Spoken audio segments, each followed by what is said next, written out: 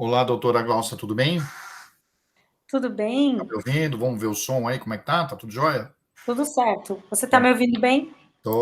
tudo bem. Então, vamos lá. Deixa eu só parar a nossa apresentação aqui. Muito bem.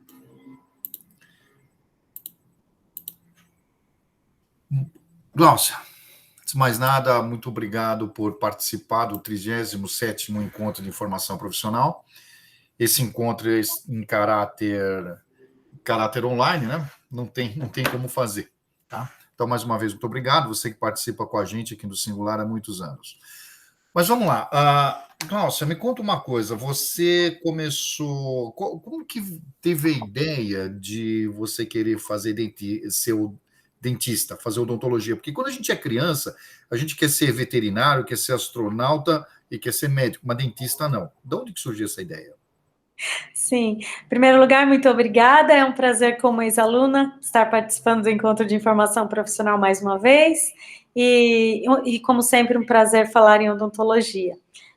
Quando eu era criança, eu gostava de ir ao dentista e algumas vezes, sim, me interessava pela profissão, mas por ser uma profissão de contato com pessoas e habilidade manual, assim, de mexer com a boca, com os pacientes, fazer os trabalhinhos. E aí depois, por um tempo, não pensei mais nisso e depois, na época do vestibular, novamente E voltei. qual foi, antes de fazer odonto, qual foi sua primeira formação? Então, eu fiz tecnólogo em prótese bucomaxilofacial pela Faculdade Metodista, que na ocasião havia este curso, onde a gente confecciona as próteses dentárias, próteses de outras regiões da face também, como nariz, olho, orelha, tudo isso, né? Então, próteses, esses trabalhos manuais. Aí eu fiz essa parte toda de laboratorial, né? Me formei como um profissional técnico laboratorial. E você trabalhou um tempo com prótese? Sim, trabalhei com prótese por bastante tempo, acho que foram 4 anos atuando como funcionária de um laboratório e mais 4 anos eu tive meu laboratório próprio. E aí, como consequência, gostei muito dessa área e segui para odontologia. E você fez faculdade de odontologia onde? Aí prestei vestibular e entrei na Metodista, porque deveria ser mesmo na Metodista que eu tinha meu laboratório de prótese e que deveria ser próximo à faculdade, uma vez que eu trabalhava o dia todo para pagar os estudos e à noite cursava odontologia, havia o curso noturno. E aí eu fiz 6 anos de odontologia E, na Metodista também. e me conta uma coisa, na odontologia, depois que você fez a faculdade, você trabalhou, você trabalhou como dentista antes de fazer especialização? Bom, como eu disse, né, que foi a consequência, então, assim, eu já tinha muitos contatos, né, na odontologia, na própria faculdade, eu já estava muito inserida com dentistas ao meu redor. Aí, quando eu me formei, até um colega brincou, falou assim, o dia que você se formar dentista, eu compro o seu passe, você vem trabalhar comigo. E aí, fui trabalhar no consultório de odontologia, trabalhei por muitos anos com o meu sócio, o doutor Francisco e tudo, e depois, atuando ainda, né, então me formei e fui trabalhar, fui pegar a experiência. Até isso que eu acho muito interessante, que os profissionais que façam a odontologia sigam por esse caminho, de pegar experiência, tanto a habilidade manual, quanto a habilidade de atender os pacientes, fazer uma boa anamnese, né, planejamento, tudo isso. Depois fui para a especialização. E você, Então, e você fez a especialização em quais áreas? a primeira foi Vamos em ordem cronológica. isso, a primeira foi em dentística, acho que dentística é a parte É, restauradora,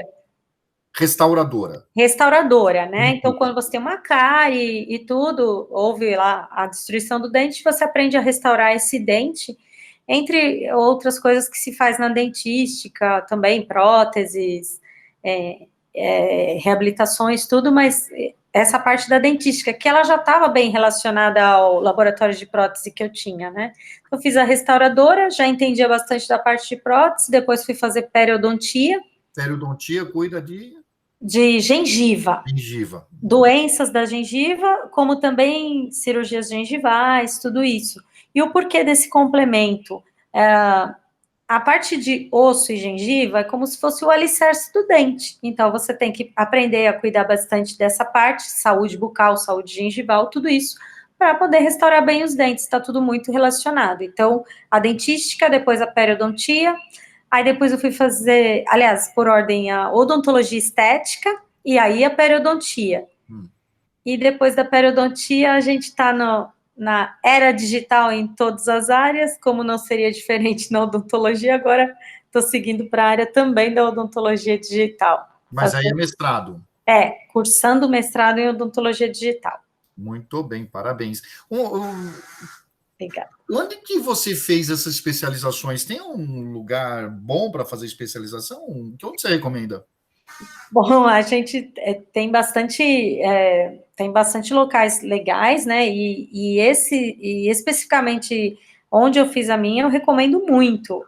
O Senac, ele é um centro de especialidades odontológicas muito, muito bem capacitado no corpo docente e na parte de equipamentos também. Tem uma clínica de alta tecnologia no Senac, aqui em São Paulo. Indico, recomendo, viu? Muito bacana. Nossa, conta para a gente uma coisa. Por que nos Estados Unidos, odontologia, o dentista é uma especialidade médica? Ou seja, nos Estados Unidos, para você ser dentista, você tem que ser médico. Não sei se o pessoal sabia disso, mas aqui no Brasil não é uma faculdade à parte. De onde que surgiu? Por que no Brasil é um dos poucos países do mundo, se não o único país do mundo, onde que odontologia o dentista não é médico? Bom, no Brasil aconteceu isso, porque em meados do século XVII, por aí, a odontologia não era odontologia, havia os profissionais que exerciam as habilidades na prática, né? Então, por exemplo, barbeiro, dentista, só que não era um dentista, era um profissional prático. Então, da mesma forma, o barbeiro cortava cabelo, tirava dente, então existiam barbeiros dentistas, ou só, a gente chama de dentista, mas não era o dentista prático, né? Só que também não tinha tratamentos restauradores ou alguma coisa, era só uma pessoa que tirava os dentes. E aí, o que foi acontecendo com o passar do tempo? Lógico que vão formalizando, tudo demorou muitos anos para isso acontecer, mas a princípio os médicos davam umas provas para esses profissionais passarem por provas e provarem suas habilidades. Aí o primeiro que foi chamado dentista foi um dentista autodidata que fazia uma prova por um médico e ele podia atuar como um dentista. Mas, assim, as primeiras faculdades de odontologia vieram muito depois, nos anos 1800 e alguma coisa. E aqui no Brasil, as primeiras faculdades foram no Rio de Janeiro e na Bahia. E aí, depois que foi, só que como veio de uma vertente da prática, né, da técnica, por isso que ficou o dentista separado da medicina. Bom, o Paulo Roberto de Francisco perguntou se Tiradentes era barbeiro. Eu não sei se ele era barbeiro, só que ele era um dentista prático, só tirava dentes mesmo. A Beatriz pergunta, na faculdade vocês aprendem a ter mão leve? Porque sei que isso faz muita diferença para o paciente, e Beatriz não sabe como você está certa, viu?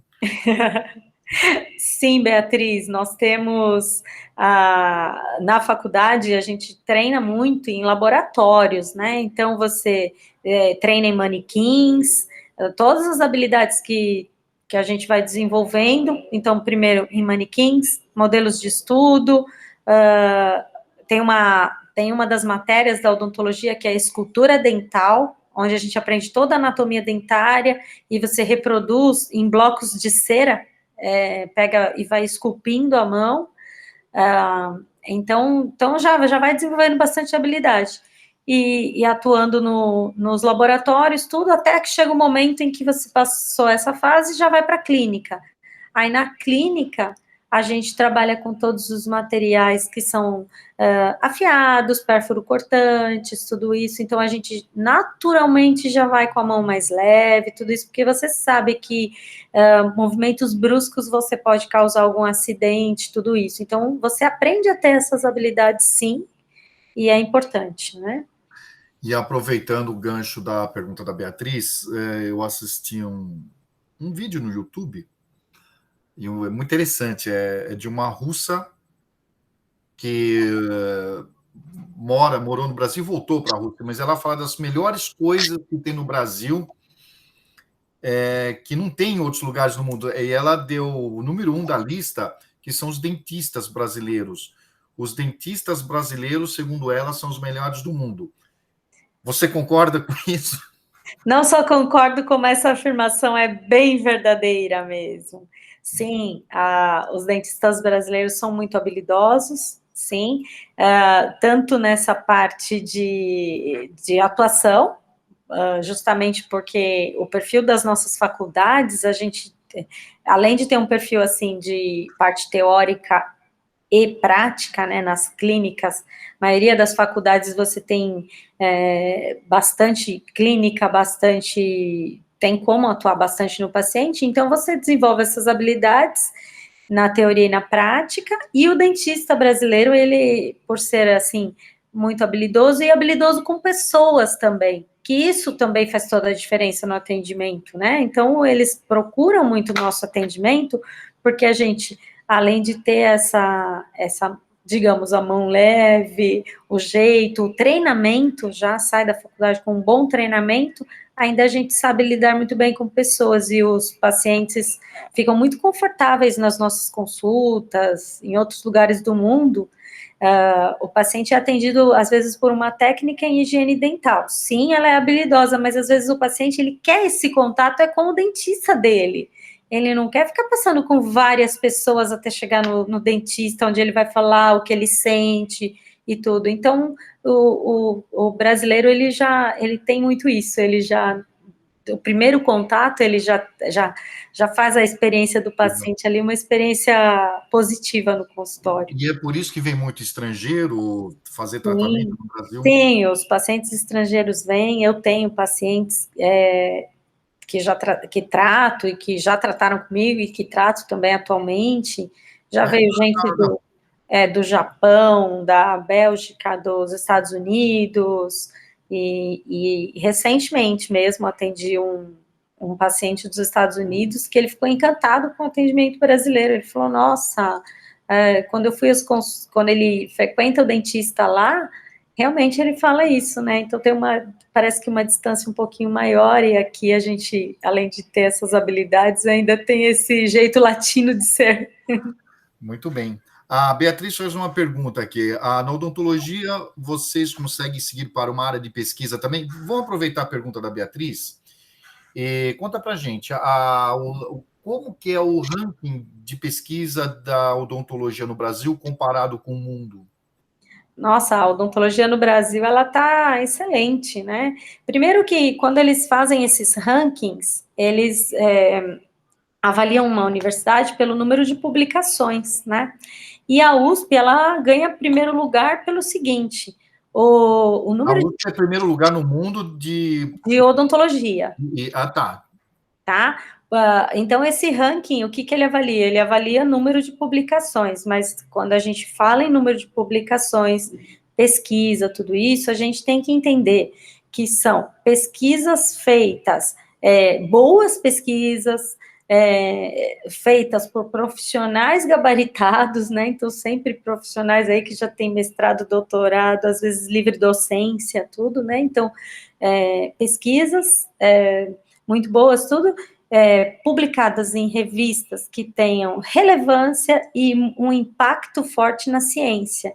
E o que significa isso? Quando as pessoas digitam lá, vão procurar artigos científicos de qualquer área relacionada, elas vão querer revistas que tenham um ótimo impacto e muita credibilidade, né? Então, artigos que tenham credibilidade, impacto, tudo isso. E sempre a gente vai encontrar muitos artigos do Brasil, profissionais nossos que são referências no mundo, referências no mundo da odontologia, ou que já também deram aulas em universidades lá fora, tudo isso. Então, em qualquer área da odontologia, você digita para procurar um artigo, você vai ver muito profissional brasileiro, assim, muita pesquisa daqui.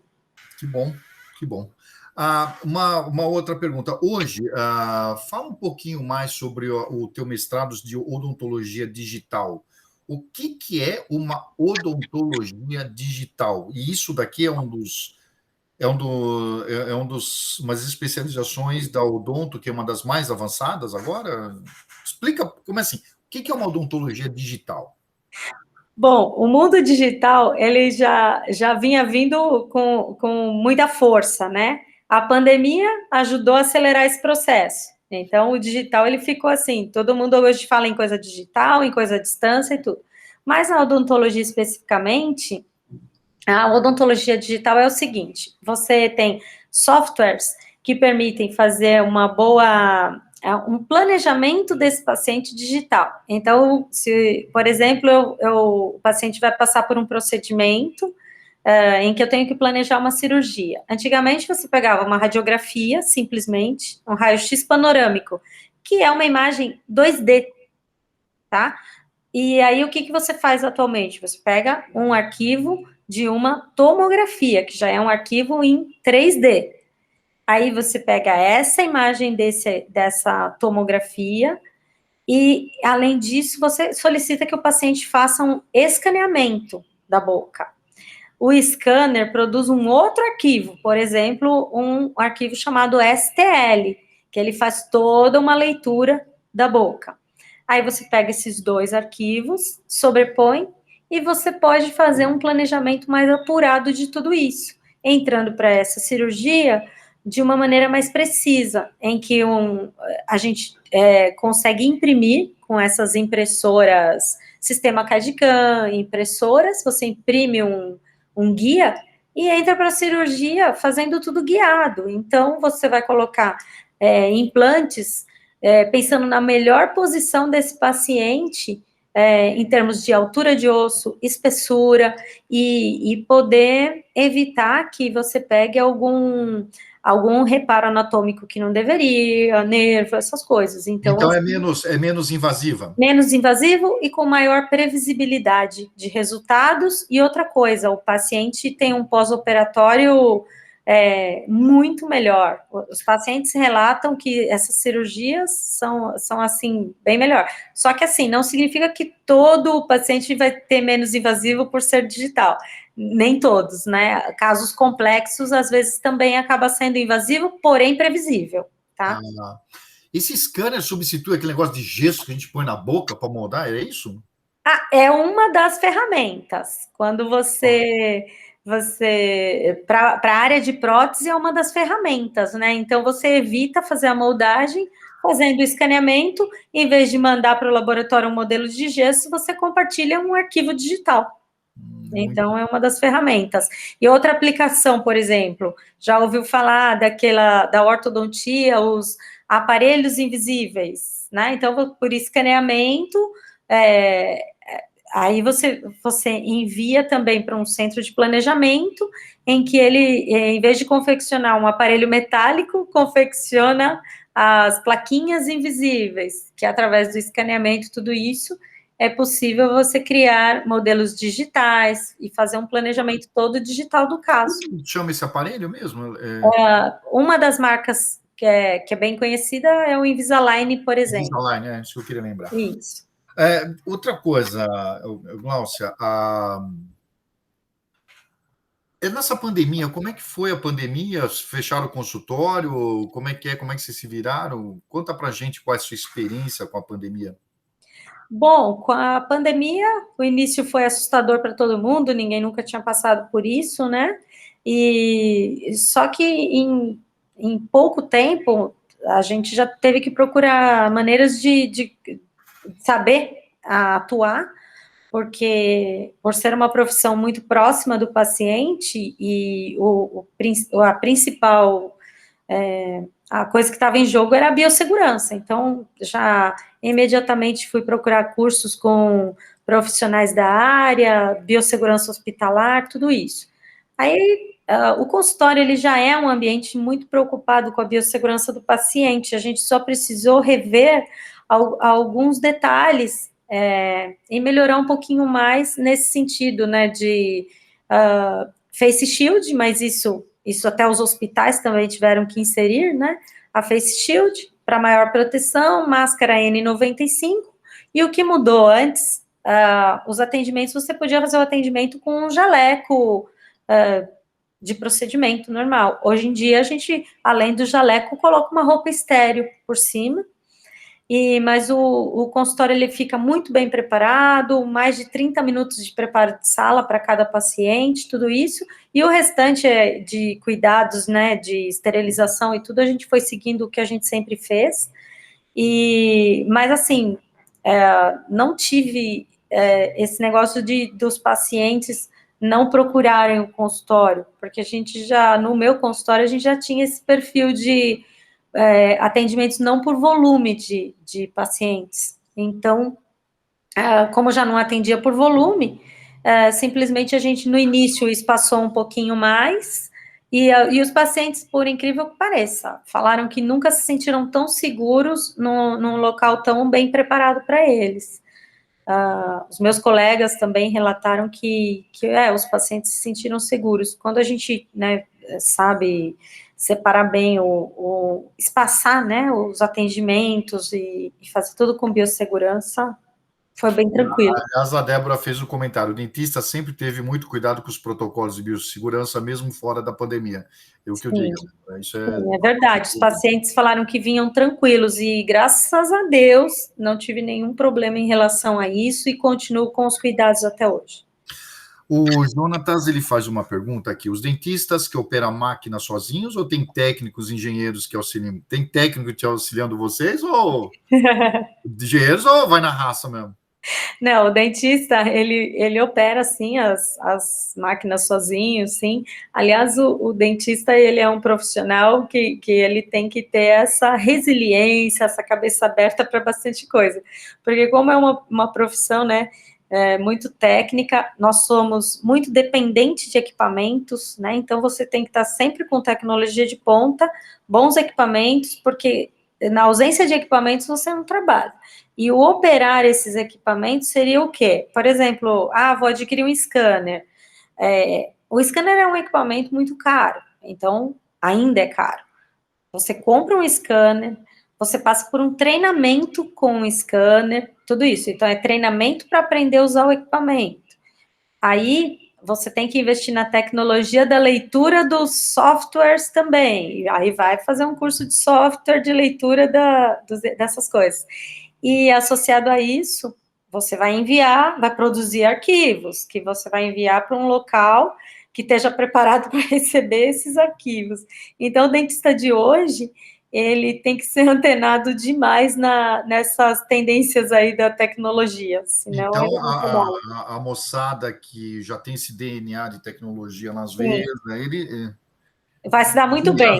vai se São dar os bem. nativos digitais. Nativos digitais, queria lembrar desse nome. Exatamente. Agora, sabe que existe uma faculdade de engenharia biomédica, então, pessoal, existe um ramo da engenharia de tecnologia que só cuida desse tipo de equipamento, que é muito interessante também.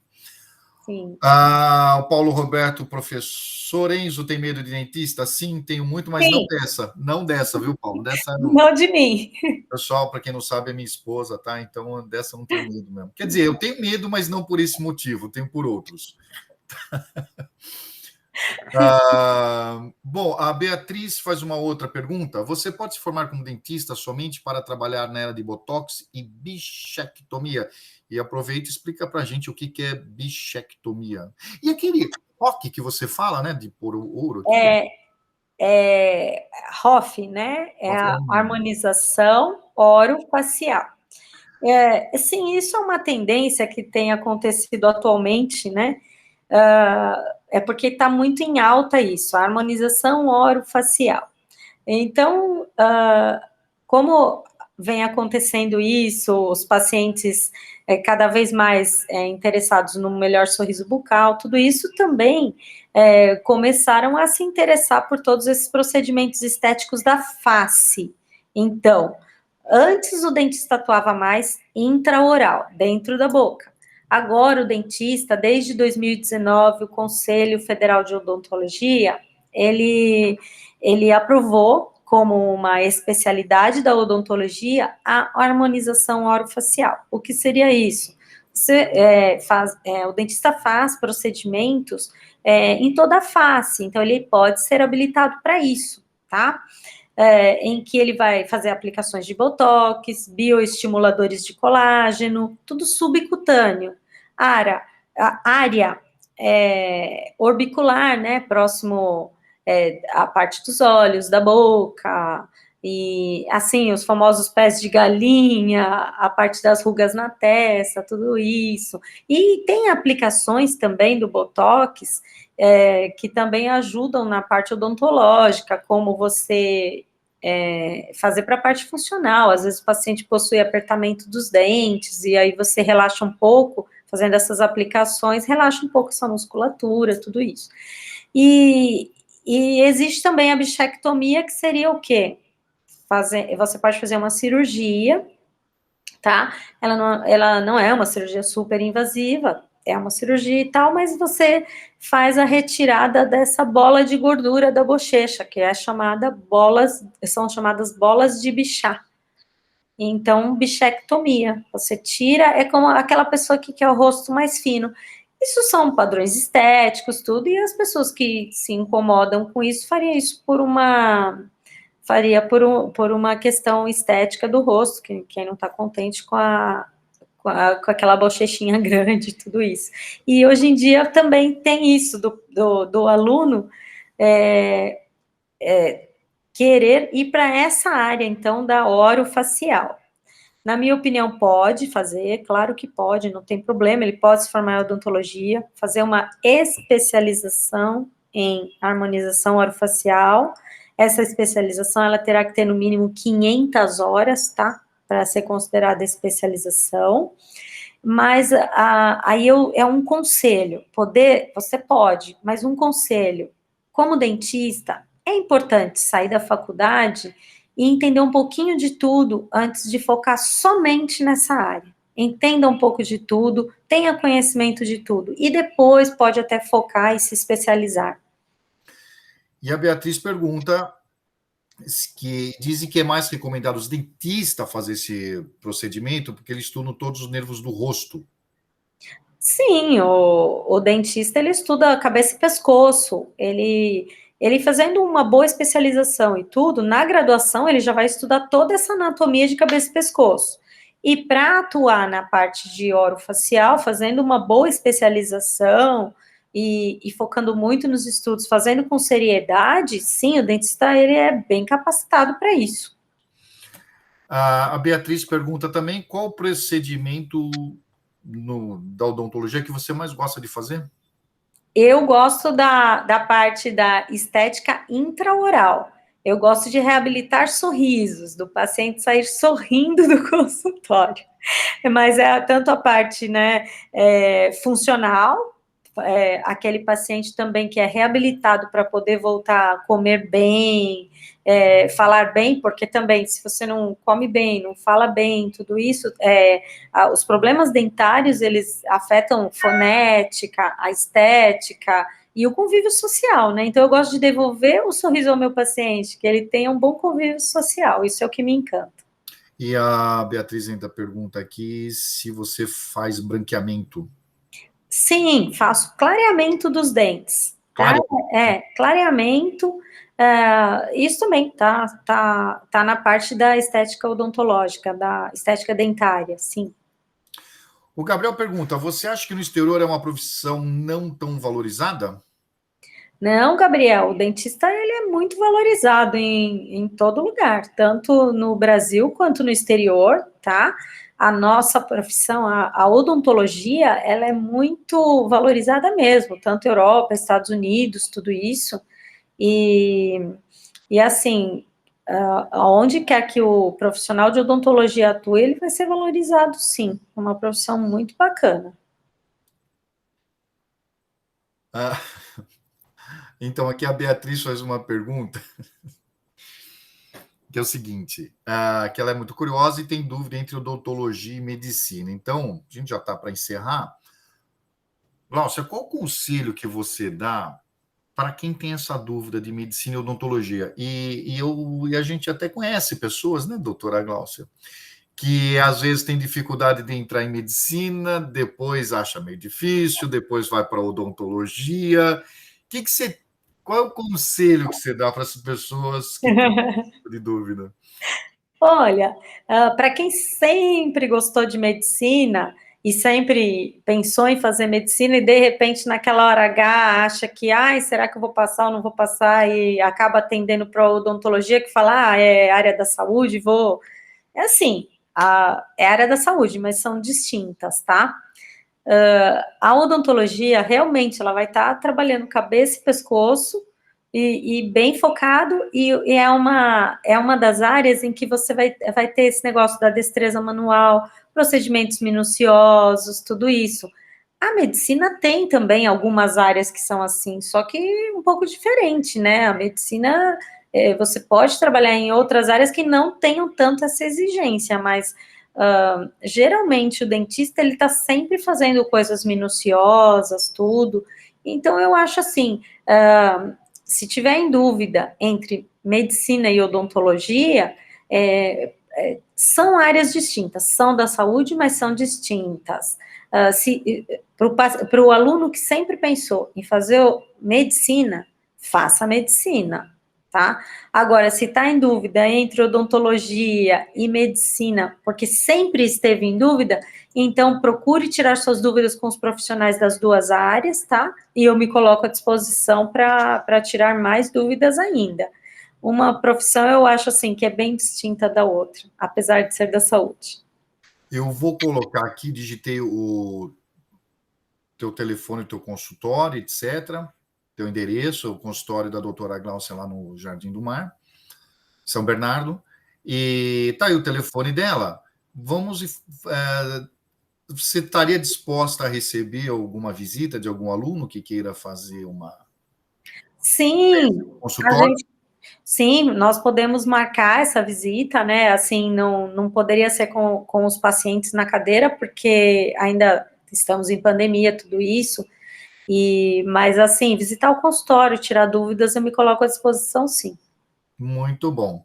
Doutor, então, muito obrigado pela sua participação no 37º Encontro de Formação Profissional. Espero que o pessoal tenha gostado. E nós estamos aqui à disposição de vocês, tá bom? Muito Tchau, obrigada. Eu que agradeço. É um imenso prazer participar sempre. Tá? falou, pessoal. Um Boa abraço. sorte. Tchau, tchau. Tchau.